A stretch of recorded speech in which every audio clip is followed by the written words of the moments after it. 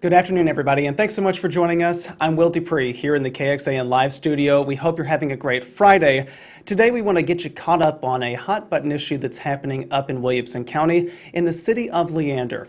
Voters are now going to decide whether Capital Metro bus and train service will remain in Leander. However, some are questioning the timing of that decision last night by the city council. It came just moments before the city swore in a new mayor and a new council member.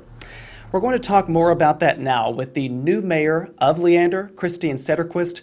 This is her first interview since she is taking office, and she is joining me now remotely. Mayor Sederquist, welcome. Thank you for being here. Thank you, Will. I will let everybody know at home that the mayor and I had a conversation yesterday, well before the council vote and the meeting, about coming on to do this interview, and I had a whole list of questions that were different than what I'm going to ask today. So we'll really focus on Capital Metro, Mayor, just for your sake, but we appreciate you again for being here. I'd like to begin, though, by rehashing what exactly happened last night before your swearing in. My understanding is that the council went into executive session and then came back and voted 6-1 to place effectively a Capital Metro referendum on the ballot. You, Mayor, were the only dissenting vote to that action. Can you begin by first explaining why you opposed it? Sure. So first I want to explain that that vote last night does not automatically put this on a ballot. It starts the process. It would have to go to another vote of council that would take place in front of people and not behind the closed doors of an executive session, where residents could actually come out and speak, which is another thing that's very different about what happened last night. This was done very much in the 11th hour before our meeting, where nobody could voice any opinion on it one way or the other.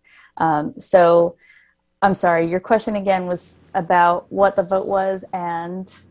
Yeah, what was it that made you oppose this particular action? Yeah. So there are a number of reasons why I oppose it. For one, you've got new council members coming on and doing something this monumental, just before that, just feels wrong. Even if it's not Cap Metro or something else, it's wrong. You let the new people take over. You've had 3 years to take whatever action that you want to take here. And so our new council member that was sworn in last night, she wasn't even allowed to be in on the discussion. For myself, since I'm only just now being sworn in, I haven't even had a chance to meet with Cap Metro. And so we're going into this adversarial role with them when I haven't even started my relationship as mayor. And that's just wrong as well, I think. And then also, this was so ill prepared. It's not like there was a lot of thought put into it where, we had an idea of exactly how much it's going to cost us to run the election in November, which is the most expensive time to run an election, how much it's going to cost us to withdraw from service because there's a penalty that gets paid for that, how much it's going to cost us to provide our own service or what that service looks like. Every single question you could have is unanswered. It was just basically put this on an agenda and we're going to vote and go do it and figure that we have the answers in time. And I just don't roll like that. Presumably the mayor, your former predecessor, could have put this on an agenda at any point before last night's, before his last council meeting. What do you think about that it was added on the night that you were going to become the office holder? I think it's extremely disrespectful to the voters. I think that, you and I believe, first met when he first put something similar to this on an agenda about 2 years ago. And it riled up residents and was one of our most attended council meetings in the 3 years that I've been on council. It was really an upsetting point to a lot of them. And at that time, what residents were told was that we were going to work on our relationship, we would work on making legislative fixes, and that we were not going to withdraw. So to wait until literally your last few minutes before you leave office to do something like this, when you know how much heartache that's going to bring residents, it's just not a good look. How much money currently goes from Leander to Capital Metro? So that is where I will agree with my predecessor that there is a problem. The way the legislature wrote the transportation code years ago is that they receive sales tax money. So when sales tax gets collected, there's a 6% base that goes to like the county and the state and various entities. And then there's 2% that is collected that gets passed around municipalities and special districts. So you can have a special district like Cap Metro. You can have a special district like a special library district or an economic development district. And, you know, some money will go to each of those, and municipalities come last on that list. So for Cap Metro, they're getting 1 full cent in our sales tax. And then we get what's left over, which is that 2nd cent. And when you're looking at the city of Leander and all of the challenges that we face, not just with growing economic development wise, but also with our out of control growth, really the last few years, and our very public water troubles, that 1 cent every year could go a long way. So that's a moving target that changes all the time. Last year, it was, off the top of my head, I'm not sure, it was somewhere between $7 and $9 million. And each year that gets higher and higher as Leander gets bigger and collects more sales tax. Every year, basically the last 4 or 5 have been record years in our sales tax collection. And so this year is no different. We're well ahead of where we were last year. And so Cap Metro is ahead in their funding as well. Just to be clear and to clarify this as well, if Leander should end up, you know, removing itself from the Capital Metro service area, that still is putting the city on the hook for money for the agency. There are penalties associated with leaving. Do you know how much that would be now? So that's also a moving target. It has to do with the amount of infrastructure that has been recently invested in. We just had double tracking that came through from them. It also has to do with the sales tax numbers that they're collecting. Last I heard, it was estimated to be around $39 million that would be paid over the next 3 to 5 years. Of the period after the vote took place? Oh, yes. Yeah. Yes. And there would be no replacement for that if Leander pulled out from the Cap Metro service area? As far as service? Yes. We would be required to provide some kind of paratransit services. And we could look into contracting with Cap Metro or CARTS or another agency. Round Rock does several different contracts with different entities and runs their own transportation department. Regarding this potentially going to the vote, where do you fall in the support of it? I mean, do you support, you know, Leander leaving Capital Metro? And if not, what do you think its value is to the community? I think that there's a great value to the community of having Cap Metro, especially as we're looking at our North Line development that's coming in and the idea of bringing people in, because Cap Metro doesn't have to just be a system that takes people out. We want to have that draw. We want to have people coming up here for our festivals and for our nightlife and enjoying the city and spending their dollars and going back home in a safe way. And also during the day to go to jobs. And it's been a great draw for employers coming out here. It's been something that helped attract our ACC campus. It was a major factor in building Northline. It's something that was looked at by our new St. David's Hospital because they want to be able to have a place for their workers to come up easily. And so that's going to hurt us there. As far as putting it to the voters, I love the idea of letting the voters speak. But if we're going to do that, it needs to be much better planned out than this. We need to know the pros and cons. We need to know the cost, because otherwise it's just a waste of our money and our time. And that's not in the best interest of the voters of Leander. I think engaging people and having more public conversations and not excluding them from these decisions, I think that would be more in the interest of residents. I do believe ultimately, though, there is a fix that's going to have to happen from the state legislature, because if you look at neighboring cities like Cedar Park, where that division of the 2 cents on the sales tax is already spoken for, they can't enter Cap Metro. They can only contract out. And so what ends up happening is you have this patchwork of services. I think ultimately we're going to have a change at the legislature to fix the way it's funded to get out of the sales tax model. And I would be much more highly supportive of that effort and actually working with our legislatures and Texas Municipal League and our partners at Cap Metro and coalescing around one way to do it and all just working together on that. I will say we got a statement from Capital Metro, and I just want to read it and get your reaction on the other side, Mayor Setterquist. So if you take a look here, Capital Metro says, quote, "We were not notified of this potential action prior to the Leander City Council meeting, as it was not posted in a manner to give public notice or receive public input from the Leander community on this specific action." It went on.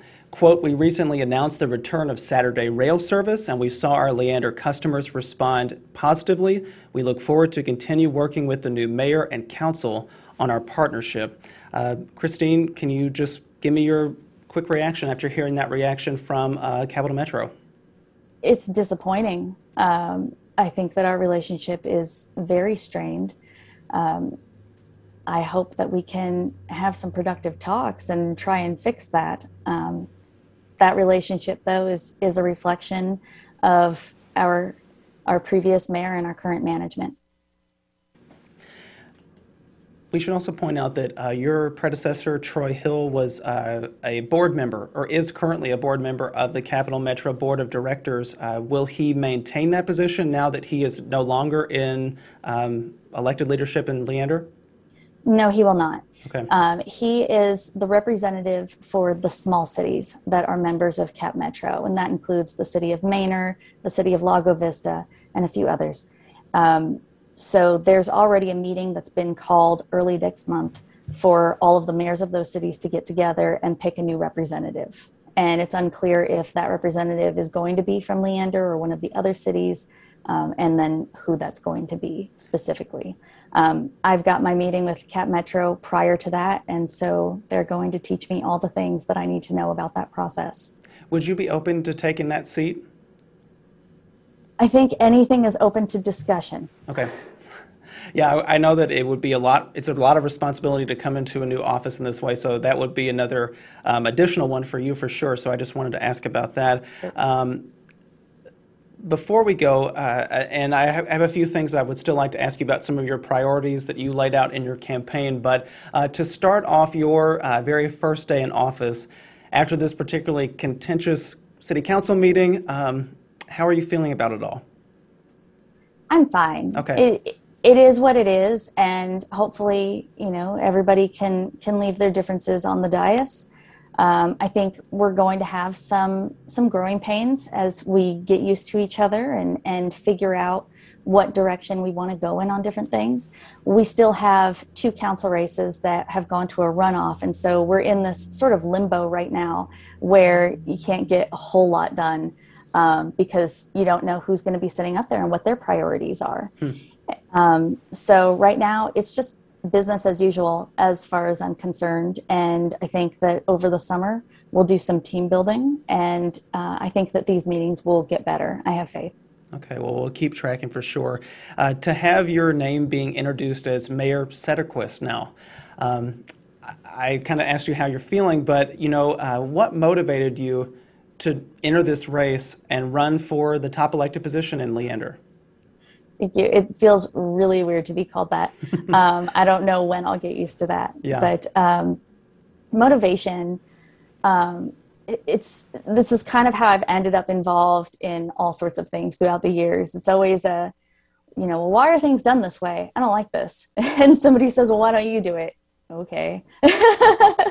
And that was how I ended up running for council the first go round as well. A former council member who's a friend now said somewhere on Facebook, I think, or Nextdoor, Christine, if you think you can do better, why don't you run? And I guess I'm just really bad at turning down dares. And so I ran. But I think this is how a lot of people end up getting involved in various things in their community, right? You see something that you don't like and nobody else is fixing it. And so you push up your sleeves and you go in and you fix it. One of the things that you ran on featured prominently on your campaign website was a push for more transparency at the city level. What can you do as a mayor kind of almost immediately to work towards that and potentially change things? Yeah. So as far as something I can do immediately, really, it's just things like this, and talking to people, to residents, to media about what's going on in our city, because having this communication helps tremendously. Everything else pretty much is going to need a vote, and I'm going to need support from council on things like rescinding the fees that we charge for open records requests. Those records belong to the people, and they shouldn't get a bill for a few $100s for something that's pulled by software. I'd love to see more inclusion on public comments where we don't limit people as much as we currently do. Currently, the more people are signed up, the less time you get to speak.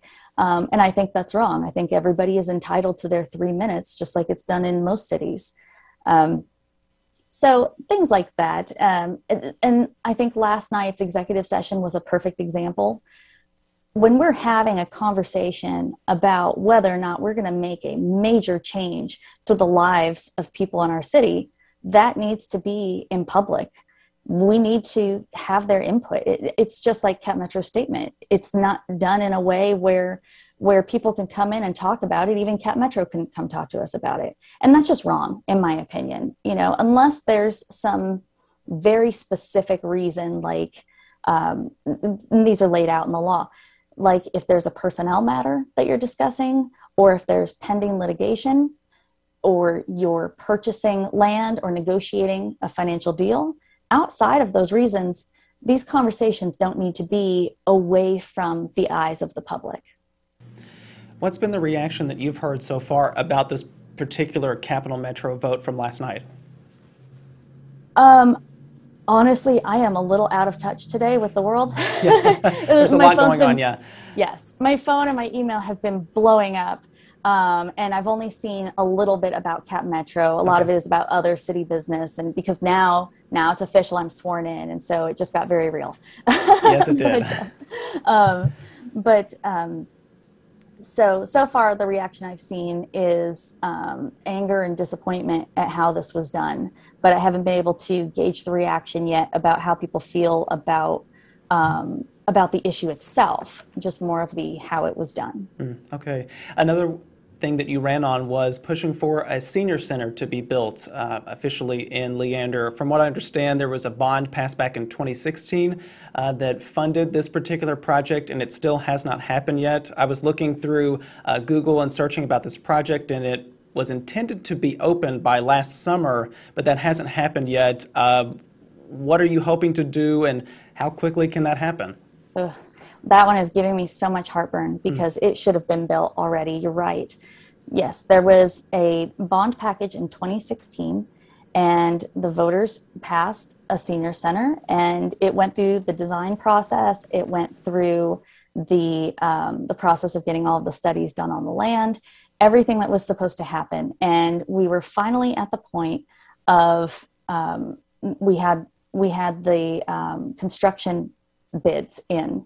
And we were supposed to choose one and award a contract. We were ready to put shovels in the ground, and we had already issued all of the debt for it, all of the bonds. And I think that was about $4.8 million, somewhere around there.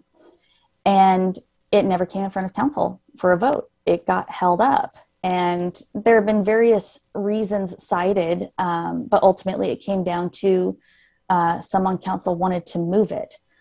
But that was never brought to a vote of council either. And so the project just sat. In my opinion, we've already done all of the literal groundwork for this place. We own the land. It's ready to go. We should have shovels in the ground yesterday. But the complication that has come up now from stalling it is over the last year or so, the price of lumber has gone up, last I heard, about 145%. And so that amount that we were originally looking at for the senior center now is going to be so much higher, and we don't have the numbers back on that yet. So I'm not sure exactly where it stands right now, but we're paying for debt on a senior center that we don't have, and it's absolutely wrong. And so we definitely need to figure out how we're going to get this center built and be responsible to the taxpayers of Leander and to the citizens that have voted for this and have been waiting patiently. Mayor Christine Sederquist, thank you for being here. We really do appreciate it and taking the time today to answer all of my questions. There's so much more to discuss, but we'll have plenty of time in the future to do that. So thank you again. Anytime. Thanks so much. All right. Again, that is Mayor Christine Sederquist, who was sworn in last night there up in Leander in Williamson County. I'm Will Dupree here in the KXAN Live studio. Thank you all again for watching. More information is available on our website. That's KXAN.com. You can also find it on our smartphone app, so please download that if you've not done so already. Thanks again for watching, everybody. We'll see you back here at another time. Please, everyone, stay safe and healthy and take care out there.